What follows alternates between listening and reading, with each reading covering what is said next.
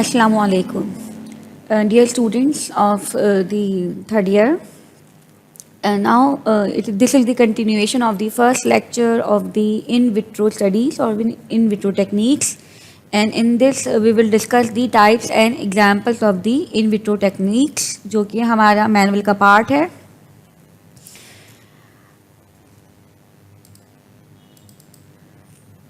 Examples include the isolation of the tissues to create a primary culture. जैसे कि हम ये डिस्कस कर चुके हैं कि we have to take some cells, some culture from the multicellular organisms, either a part of a cell, either or part of the tissue culture.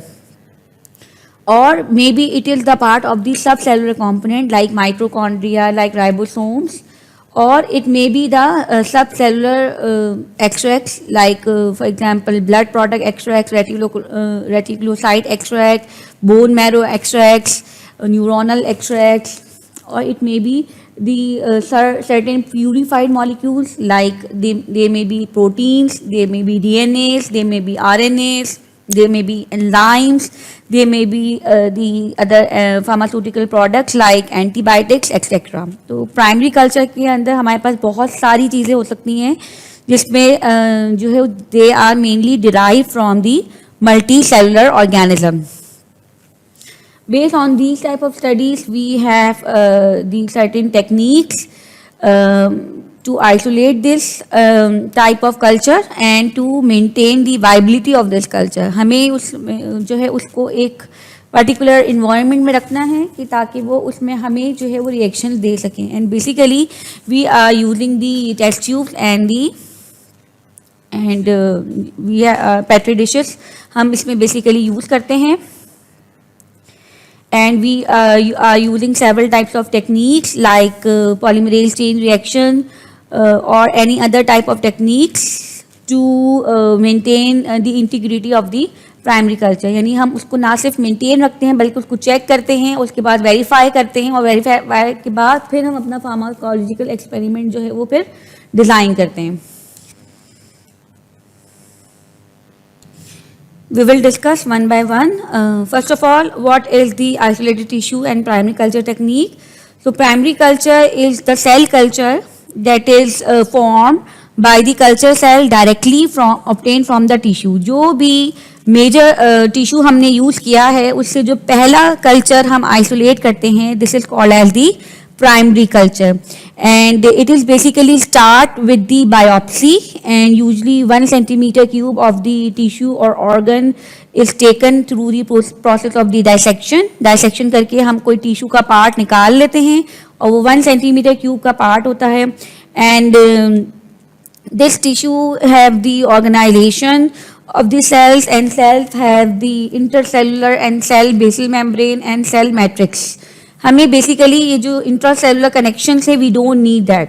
तो for cell to be culture first of all we need to get rid of these types of connections. हमें single cell suspension की form में चाहिए in a petri dish. For this type of separation we have certain types of enzymes और chemicals which are basically proteolytic enzymes and like trypsin, like collagenase, which mainly helpful for the splitting the tissue in the cells. यानी हमने क्या करना है, हमने mincing of the tissue करनी है with surgical knives and knives surgical knife से फिर हमने mincing करने के बाद वो उसको पार्ट टुकड़े करने के बाद then we basically जो सेल्स होंगे उनको हमने अंडरगो करना है प्रोटोलाइटिक एंजाइम्स के through. The suspension thus obtain are then purified with serial dilution. फिर हम उसमें क्या करेंगे कि मुख्तलिफ हम उसका सोल्यूशन चेंज करते रहेंगे and they are undergone through the process of the centrifugation and finally they are transferred into the culture vessels.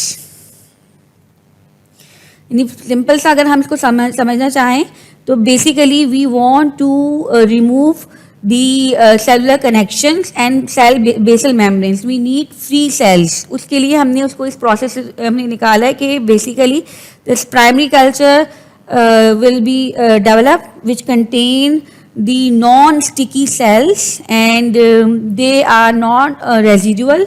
They are removed from their original cellular environment.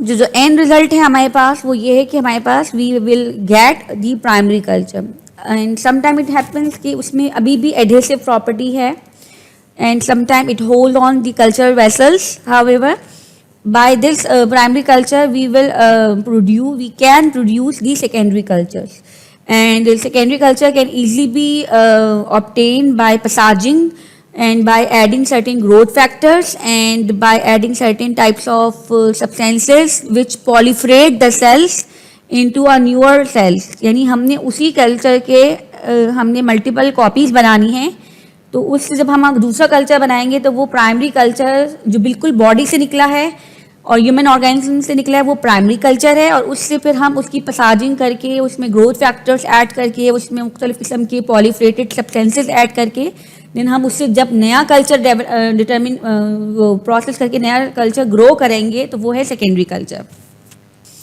जितनी भी कैंसर सेल लाइन्स इस वक्त available हैं जिनके अपने MCT codes होते हैं, basically they are the primary culture जो कि बायोप्सी के नतीजे में ह्यूमन कैंसर जो भी उस वक्त पेशेंट है उससे जो है वो आइसोलेट किए जाते हैं, उसको फिर उसकी जो है पूरी प्रोसेस के थ्रू करते हैं और वो फिर उसकी पूरी प्राइमरी सेल लाइन्स जो हैं वो स्टोर करके रख देते हैं अपने पास।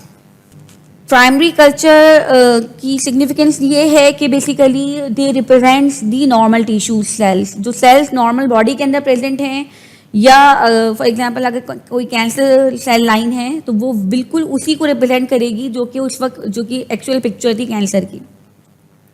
But problem is there that in some situation की प्रॉब्लम ये होती है कि इनका लाइफ स्पैन बड़ा छोटा होता है एंड इसकी स्टोरेज कंडीशंस बहुत ही जो है वो मेंटेन करना उसको उस सिचुएशन में वो बहुत मुश्किल होता है। तो इसके लिए हमें सर्टेन मीडियाज रिक्वायर्ड होते हैं, जस्ट लाइक माइक्रो ऑर्गेनिज्म की ग्रो और मेंटेनेंस के लिए हमें उनको वायबल रखने के लिए हमें ऑक्सीजन चाहिए, न्यूट्रिशंस चाहिए। इसी तरह इन सेल्स को भी सर्टेन न्यूट्रिशनल रिक्वायरमेंट्स उनकी चाहिए हैं और इसी तरह ऑक्सीजन की रिक्वायरमेंट है। इंक्यूबेटर्स होते हैं और उनके सर्टेन टेम्परेचर्स होते हैं जहाँ पे वो लाइव रह सकते हैं, और एक्टिवेट करने के लिए उसको फिर 37 डिग्री सेंटीग्रेड पे रखा जाता है, और वैसे आमतौर पर ये -80 डिग्री सेंटीग्रेड पे स्टोर किए जाते हैं सो दैट कि इनके अंदर अपोप्टोसिस का जो रिएक्शन है वो ना हो।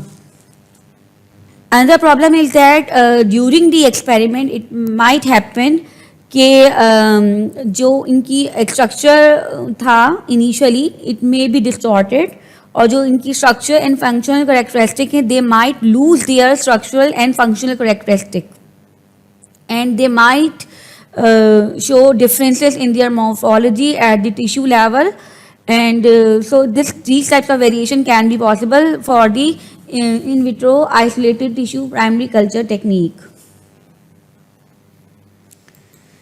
Then we have the receptor binding techniques, and receptor binding technique can also be termed as the ligand binding assay.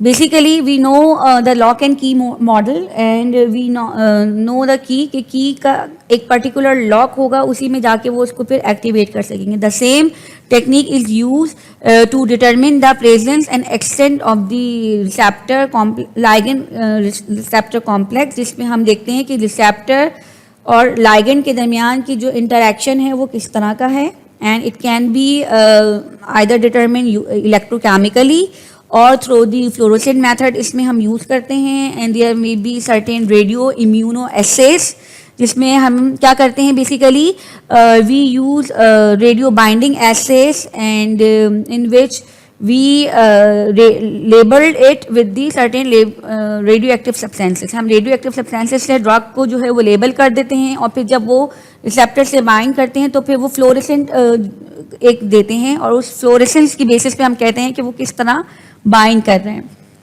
There are two approaches, या तो हम उसमें कोई इलेक्ट्रोकेमिकल चेंज डिटेक्ट कर लेते हैं जो कि सोल्यूशन में हो रहा है, डिटेक्शन के नतीजे में बाइंडिंग के नतीजे में रिसेप्टर लाइगेंड बाइंडिंग अगर हो रही है तो कोई वोल्टेज में कुछ चेंज हो रहा है तो वो इलेक्ट्रोकेमिकली डिटेक्ट होगा, या फिर रेडियो एक्टिव सब्सटेंस हम यूज़ कर लेंगे जिससे हम फ्लोरेसेंट डिटेक्शन के जरिए जो है उसकी कंसंट्रेशन है सब्सटेंस की वो फ्री फॉर्म में और बाइंडेड फॉर्म में कितनी है वो हम आराम से मेजर कर सकते हैं।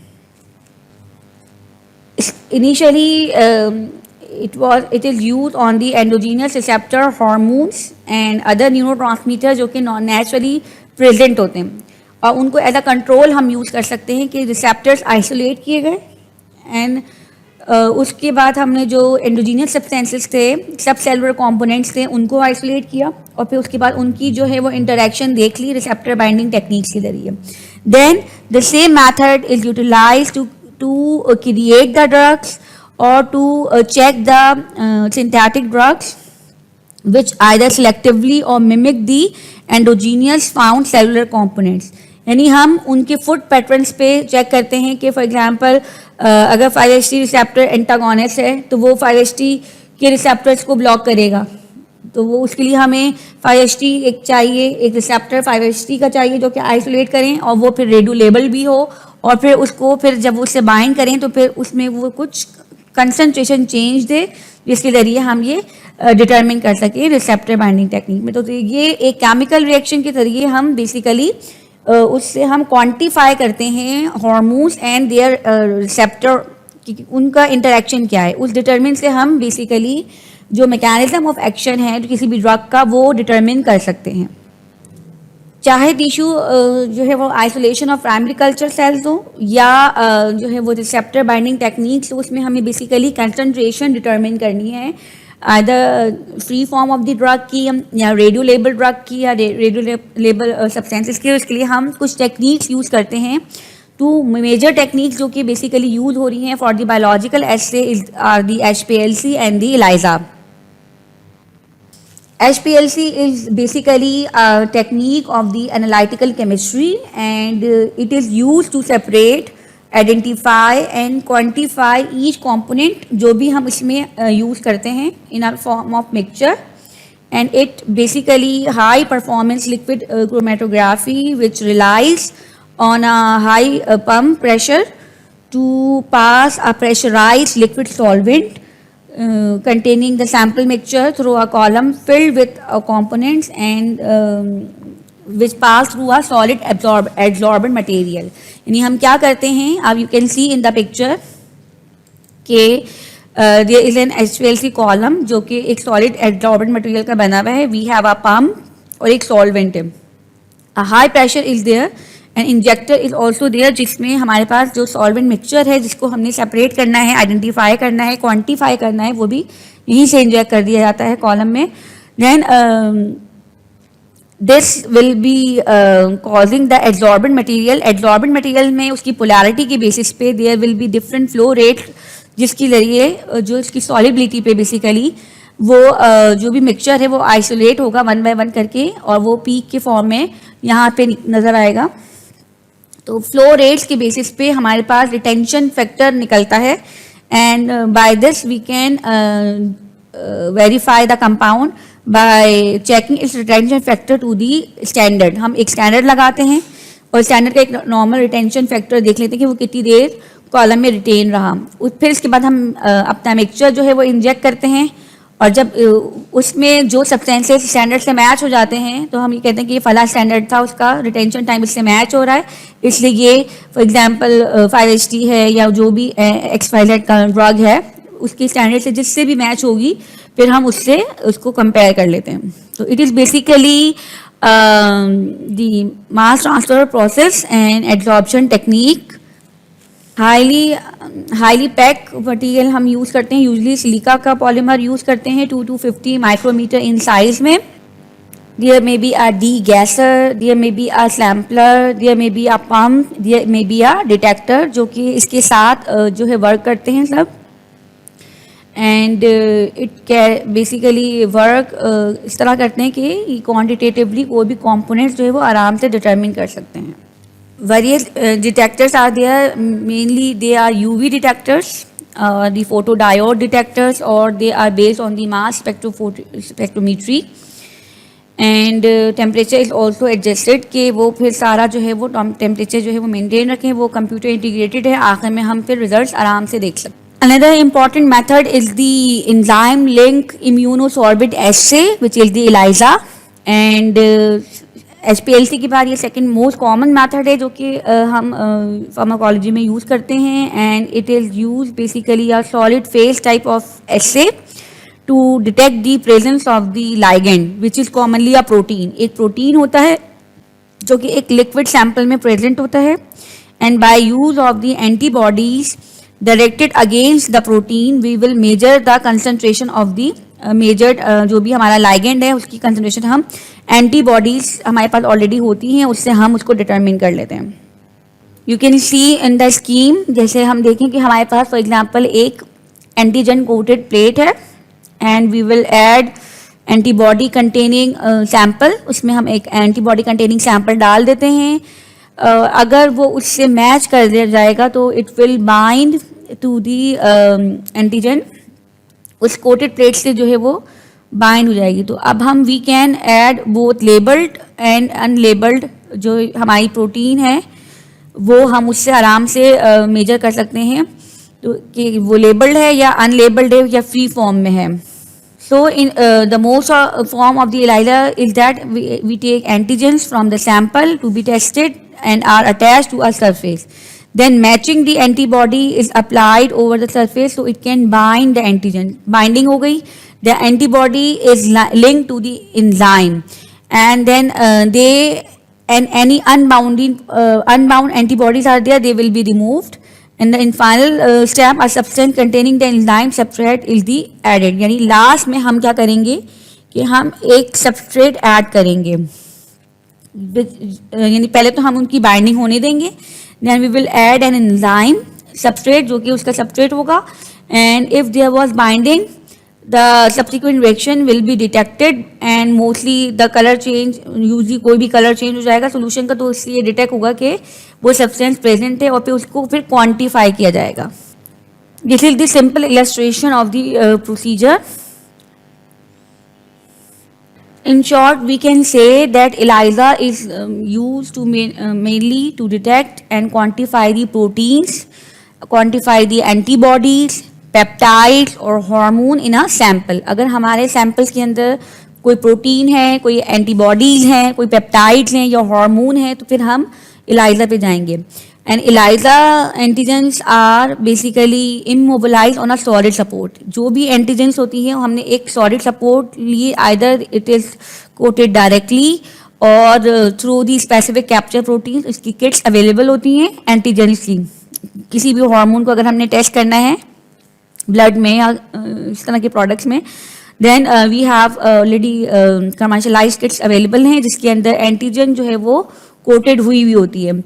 Primary detection antibodies are then applied forming a complex with the antigen, यानी फिर हम उसको फिर antigen antibody complex बना देंगे। Then we have if conjugated with an enzyme, फिर इसके बाद हम उसका substrate ऐड करेंगे जो कि एक enzyme होगा।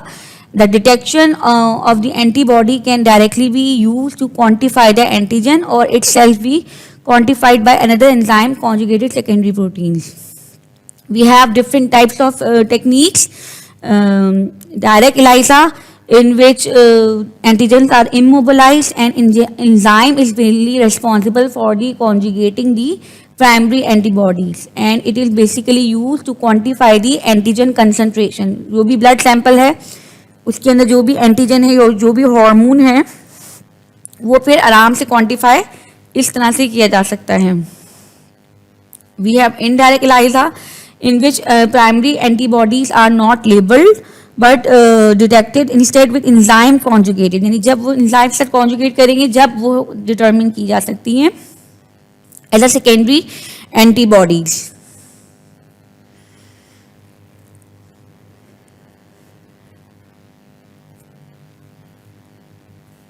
Yeah. Then we have the cell culture and cloning, and this is mainly the process in which the initially primary cell culture is derived, taken out from the human organism, and then it is cloned to produce multiple copies. एक ही culture जो कि primary culture था उसको फिर हमने पहले cell culture में convert किया जो कि हम पहले डिस्कस कर चुके हैं, then it will convert into the secondary culture, and we can say Cloning is basically described as a method for isolating the specific cell type or a genetic material by diluting a cell to such extent that the surviving cells can grow as isolated colonies. यानी हम ये करेंगे कि हम जो है वो cells लेंगे और उनके दरमियान गैप्स रख देंगे. आप देख रहे हैं, you can see in the picture that यहाँ पे 96 वेल क्यूब है, तो काउंट करके 1 और 6 के अंदर एक ब्लैंक कॉलोनीज रखी गई हैं, ब्लैंक वेल्स रखे गए हैं जिसमें कोई सेल्स नहीं है. तो so it is basically the process in which cell will grow and then they are growing basically in an isolated colonies. The protocols are providing so that we will dilute the substances in a suspension form and either in the agar plate or the methyl cellulose plate for the non-adherent or transformed cells. And method is very difficult, method is different and techniques are there. So basically the concept is that we are providing method in such a way that isolated colonies can grow and attach to the substrate in the suspension form. तो हर एक colony जो है वो अपने अलग अलग उसमें blue में जैसे नज़र आ रही हैं उसमें पे वो ग्रो हो जाएंगी. And basically researchers are mainly use those type of cells जिसके अंदर ग्रो टेंडेंसी हो. For example, somatic cells like skin cells, like DNA, like egg cells, like oocytes, and DNA containing nucleus.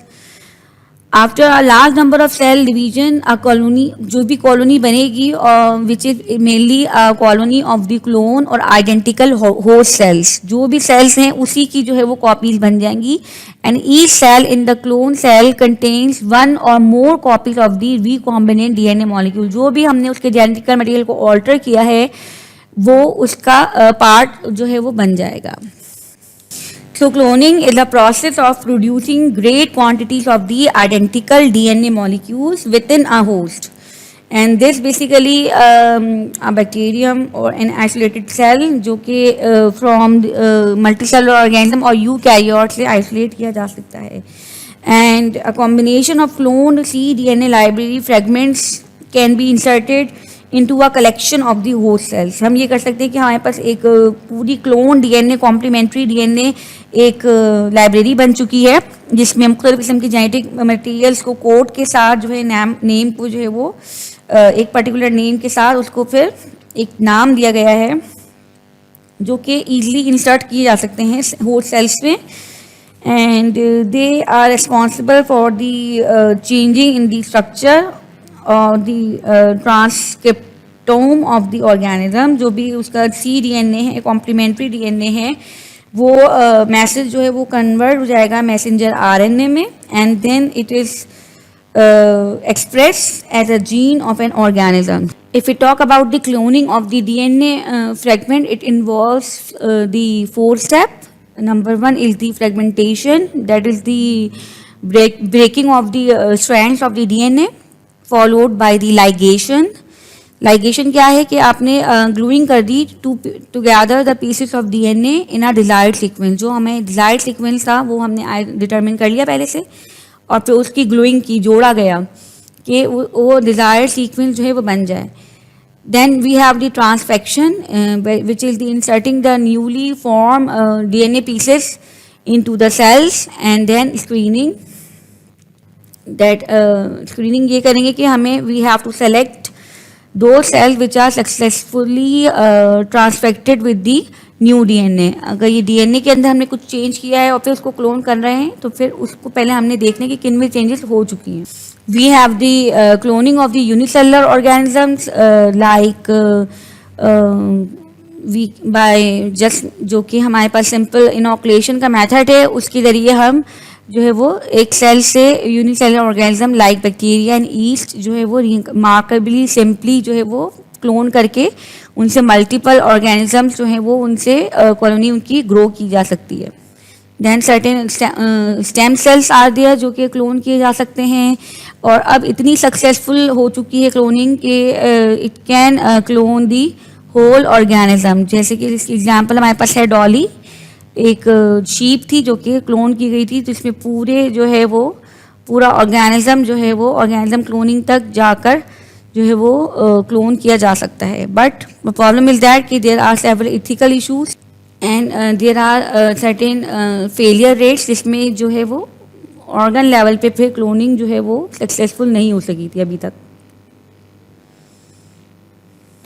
Then we have the transfection techniques in the molecular biology, just basically we can artificially introduce a nucleic acid into the cells, which is a part of the DNA or as a DNA fragment or RNA fragment by means of other vectors like viral components. Such introduction of the foreign nucleic acid by means of various chemical agents, by means of biological agents, or by means of physical methods, we can produce a change in the properties of the cells. And this changing is basically allowing the study of gene function and protein expression in the context of the cells. Basically transfection के जरिए we can say कि जो हमारे पास biotechnology है जो कि genetic recombinant technology है, वो फिर इससे जो है वो पूरी की पूरी एक जो है साइंस है वो डिराइव हुई bye means of transfection. So transfection is the introduction of the nucleic acid that may exist in the cells. However, they will only express for a limited period of time and it does not replicate. It may be stable or it may be the integrate genome of the recipient. So we have several types of transfections. So transfection is mainly the introduction of the nucleic acid into the eukaryotic cells. And basically these eukaryotic cells are the animal cells.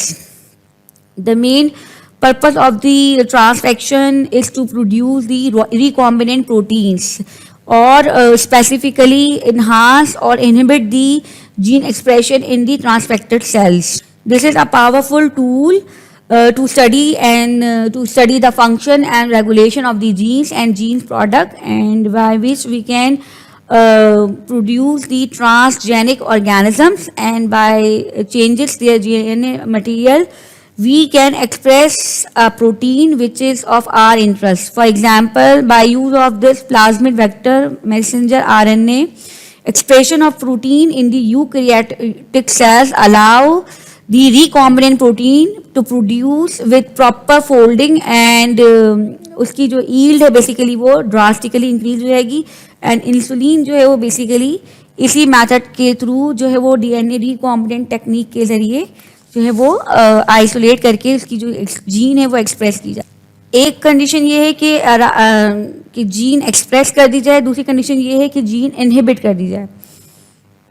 And this may be the target of the cell in which we can dislocate or we can target the sequence in such a way कि gene जो है वो inhibit हो जाए, gene expression inhibit हो जाए. इसके लिए हम ये करते हैं कि जो उसका अपना प्रोटीन है वो इनहिबिट हो जाएगी और हम जो खास सब्सटेंसेस ऑल्टर करना चाह रहे हैं उसकी प्रोटीन एक्सप्रेस हो जाएगी.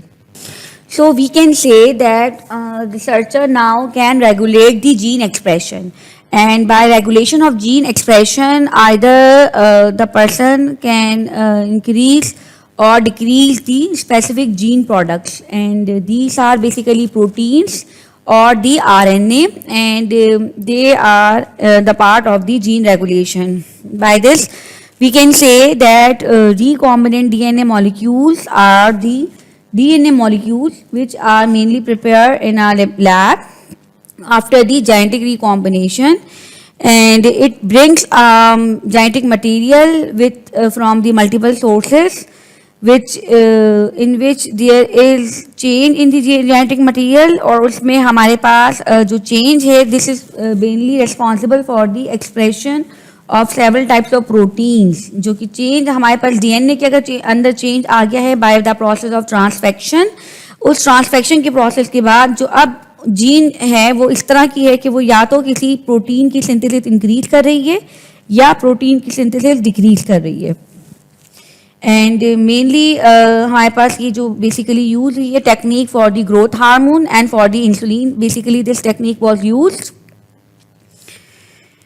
And for the growth hormone, we can say that it was done by the huge improvement over obtaining it from the cadavers. And cadavers के अंदर basically उसमें जो है इस तरह की इसकी जीन ऑल्टर की गई है कि उससे पे ह्यूमन ग्रोथ हार्मोन जो है वो आइसोलेट किया जा सकता है. Another is the insulin synthesis from the altering of the genetic code of the protein, जो कि ओरिजिनल से जो भी बैक्टीरिया था उसके अंदर जो है वो इंसर्ट की गई है gene into a cell. Then with after the insertion of the gene the cells now grow in a stirred tanks और अ बायो रिएक्टर्स. उसमें पर्टिकुलर न्यूट्रिशन के साथ उसमें सेल्स को जो है वो इंक्यूबेट किया गया है with a proper media. And this allow one cells to divide into two identical copies. And जो भी उसका क्लोन DNA मटेरियल है उसमें जो उसकी टेंडेंसी है वो ये है कि वो प्रोटीन जो कि इंसुलिन है उसकी जो है एक्सप्रेशन बढ़ गई है. अब वो जो सेल्स हैं basically they are producing so much proteins of the human protein. जो भी प्रोटीन्स हैं जो कि वो ह्यूमन प्रोटीन्स हैं अब वो उसको जो है वो प्रोड्यूस कर रहे हैं. And the method is called as the overexpression. So the process of overexpression is usually done by means of the special vectors and in a unit DNA. सबसे पहले तो हमें ट्रांसफेक्शन के जरिए एक यूनिट DNA में change कर लेते हैं. Then we need a vector, इसके अंदर हमें ये चेंज इंसर्ट करना होता है. Usually this is carried out in a host जो कि आइदर बैक्टीरिया होता है या ईस्ट होता है. अगर if we want to over express the proteins from the mammals, then host basically कोई insect होगा या कोई mammalian cell lines भी हो सकती हैं. and large number of kits are available to facilitate the cloning of the gene. एक पूरी DNA recombinant technology जो है वो इस पे बेस कर रही है overexpression of the genes पे, जिसके जरिए हम प्रोटीन की ओवर एक्सप्रेशन करके किसी वेक्टर के थ्रू हम उसकी ग्रोथ बढ़ाएंगे और फिर उसकी सेल्स जो हैं वो आइसोलेट करके सेल्स को ग्रो करेंगे आइसोलेटेड टैंक्स में, जहाँ पे वो उस प्रोटीन की सिंथेसिस को इन्हांस कर देंगी.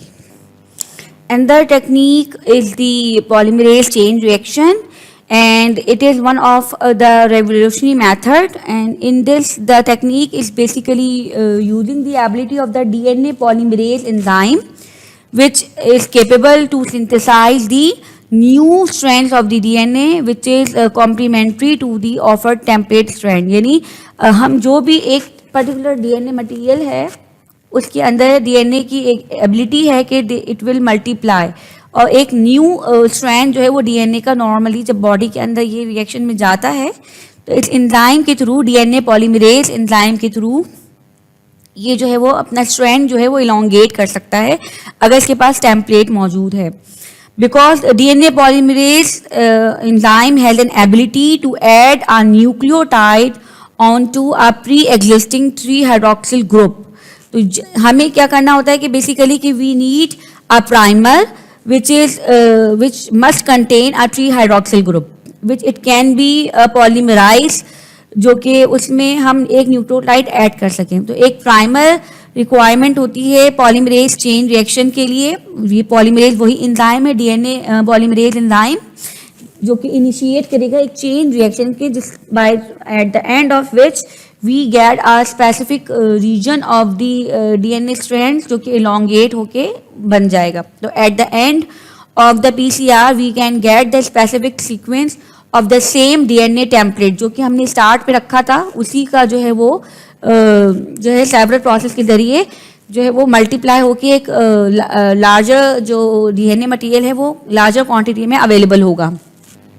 There are many applications of the PCR. इसमें this technique is now revolutionalise the cellular and molecular biology, and basically it permits in few hours acellular cloning of a DNA fragment through an automated system, which usually takes several days with standard technique of the molecular cloning. यानी अगर हम molecular cloning की तरफ जाएं तो उसमें कई दिन लगते हैं, लेकिन for by using this enzyme and this technique we can get cloned DNA material in a few hours.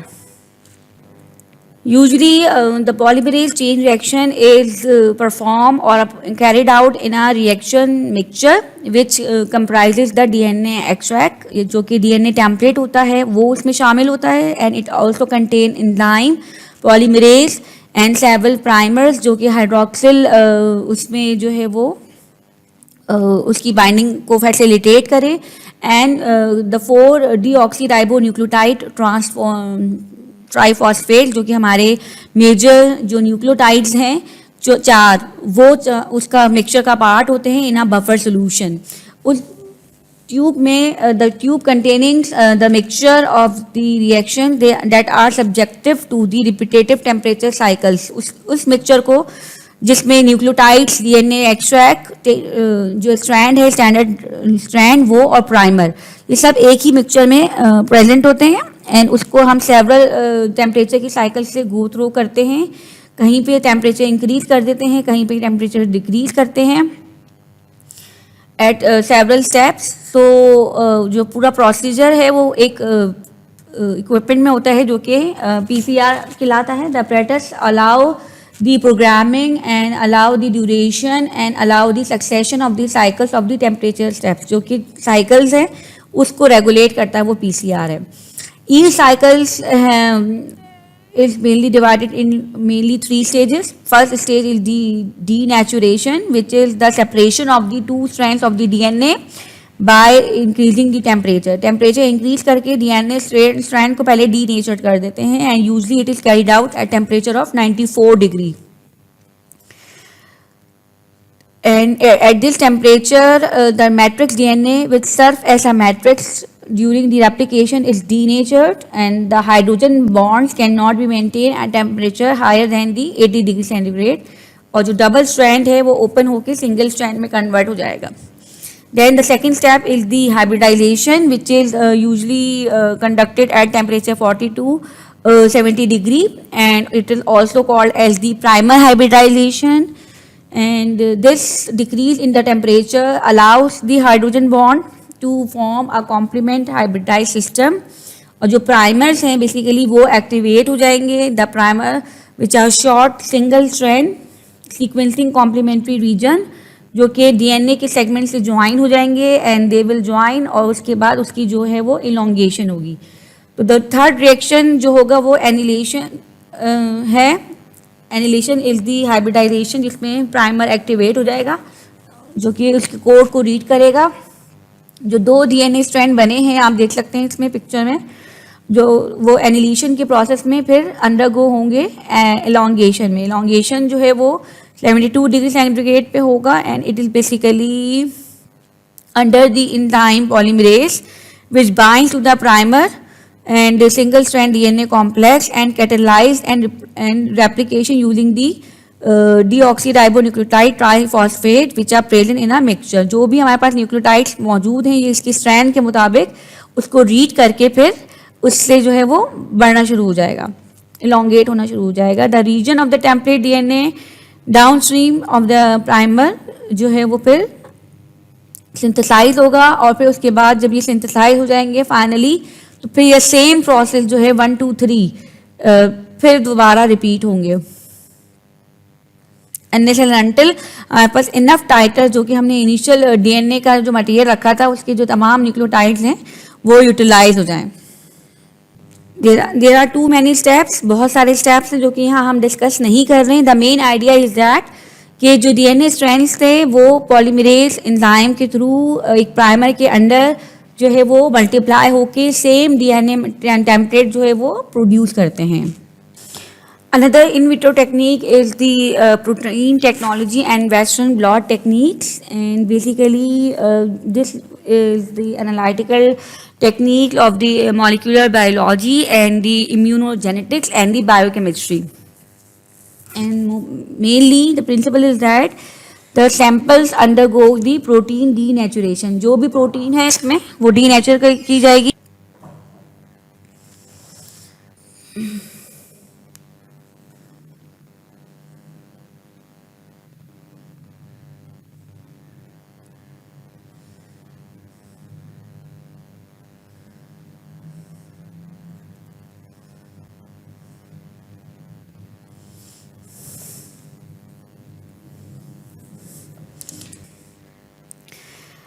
Uh,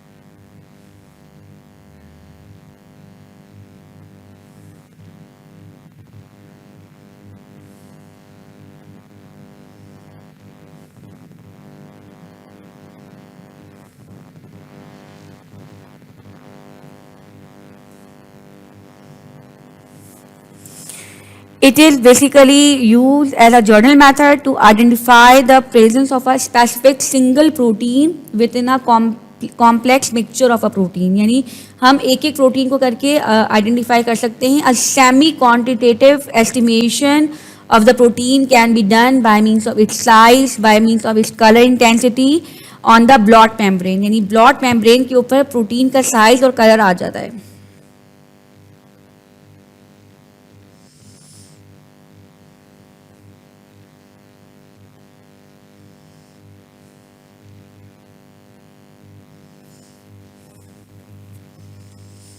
detail जो है वो हम एक अलग उसमें जो है वो डिस्कस करेंगे.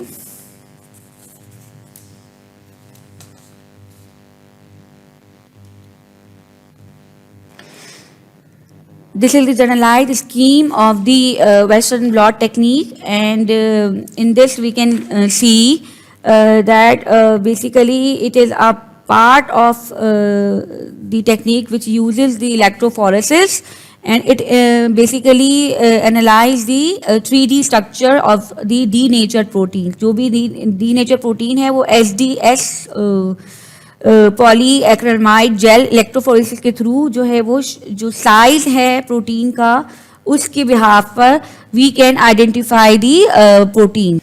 This technique basically use the reaction of the phosphorylation which alter the mobility and the isoelectric point of the protein. जो भी isoelectric point है वो basically alter हो जाता है, and this alteration will help in the 2D and 3D structure of the protein.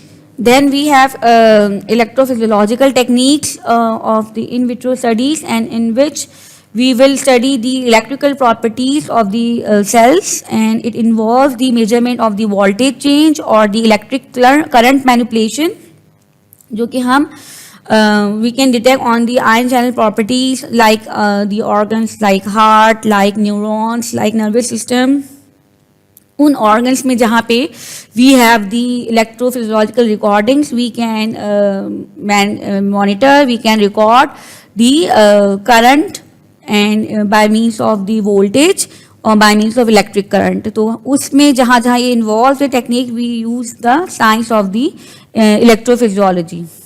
इसमें basically we will study the patch clamp technique, जो कि हम सेपरेटली डिस्कस करेंगे. This is all about the brief introduction of the in vitro techniques, जो कि हमारे पास जितनी types की हैं उसका एक ब्रीफ ये